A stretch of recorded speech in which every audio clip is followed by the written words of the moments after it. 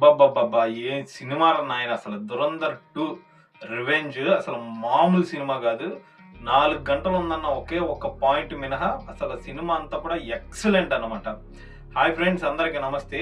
ఈ 'ధురంధర్ 2' మూవీ మీద చిన్న ప్రాపగాండా మూవీ అని జెప్పి, అలాగే సినిమా చాలా బావుందని జెప్పి 2 కైండ్ ఆఫ్ వర్షన్స్ వినడం జరిగిందనమాట. అసలు ఏంటి ఈ మూవీ మీద అని జెప్పి అంత ఎక్స్‌పెక్టేషన్స్ ఏం లేవు. అసలు సినిమా చూడాలన్న ఇంట్రెస్ట్ కూడా లేదు. బట్ ఆఫ్టర్ రివ్యూస్ చూద్దాం అని చెప్పి అనిపించింది. నిన్న నైట్ వెళ్ళాను మూవీకి. 9:00 నుంచి మిడ్‌నైట్ 1:00 వరకు వచ్చింది. అయితే ఈ టైమింగ్ ఏదైతే ఉందో ఈ 4 అవర్స్ అట్లా కూర్చోబెట్టేసింది. నిజంగా ఎంగేజింగ్‌గా ఉంది మూవీ. ఒకటి సినిమాని సినిమాలాగా చూసి ఎంజాయ్ చేయగలిగేవాడికి ఇది ఎక్సలెంట్. అసలు మామూలుగా ఉండదు. 7 చాప్టర్స్ ఉంటాయి. అసలు ఆ బ్యాక్‌గ్రౌండ్ మ్యూజిక్ వస్తున్నప్పుడల్లా లిటరల్లీ అసలు నీకు నెక్స్ట్ ఏం జరుగుద్దన్న క్యూరియాసిటీతో చూస్తా ఉంటావు మూవీ.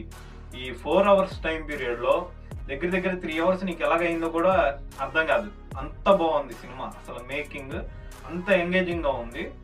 క్యారెక్టర్స్ కానివ్వండి, హీరో కానివ్వండి, సైడ్ యాక్టర్స్ కానివ్వండి, ఎవడి పోర్షన్ వాడు జీవించాడు అంతే. అంత బాగుంది మూవీ. అయితే స్క్రిప్ట్‌లోకి వచ్చినప్పుడు మన నరేంద్ర మోడీ గారు టీవీ న్యూస్‌లో కనపడతారు డైరెక్ట్ స్క్రీన్ మీద. డీమానిటైజేషన్ అంశం గురించి కూడా మాట్లాడడం జరుగుద్ది. సో, ఈ డీమానిటైజేషన్ అంశం మీద కూడా మూవీ ఆ స్క్రిప్ట్‌లో ఉంటదనమాట. వెళ్తా ఉంటది.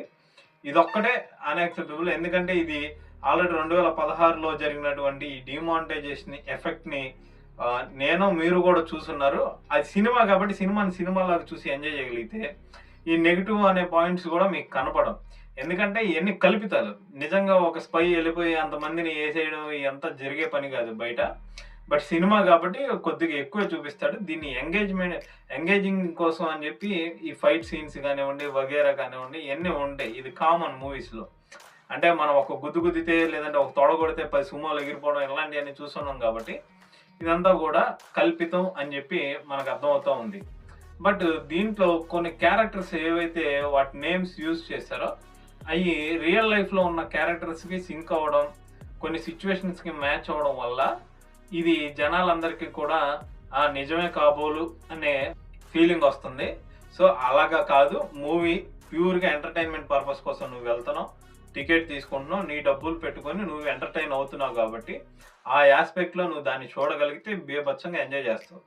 అంతే తప్ప రియల్ లైఫ్‌లో ఉన్న సిట్యుయేషన్స్‌కి నువ్వు సింక్ చేసుకొని ఈ సినిమా నచ్చకపోతే నువ్వు యాంటీ హిందూ అని గాని, లేదంటే నీకు భారతదేశం మీద ప్రేమ లేదని ఇట్లాంటి కోడి బుర్ర మాటలు ఎవడు మాట్లాడినా అసలు ఏం పట్టించుకోవద్దు. ఓపెన్‌గా నువ్వు వెళ్లి చూడు సినిమా. ఈ 4 అవర్స్ టైమ్ ఇది ఏదైతే ఉందో ఇదొక్కటే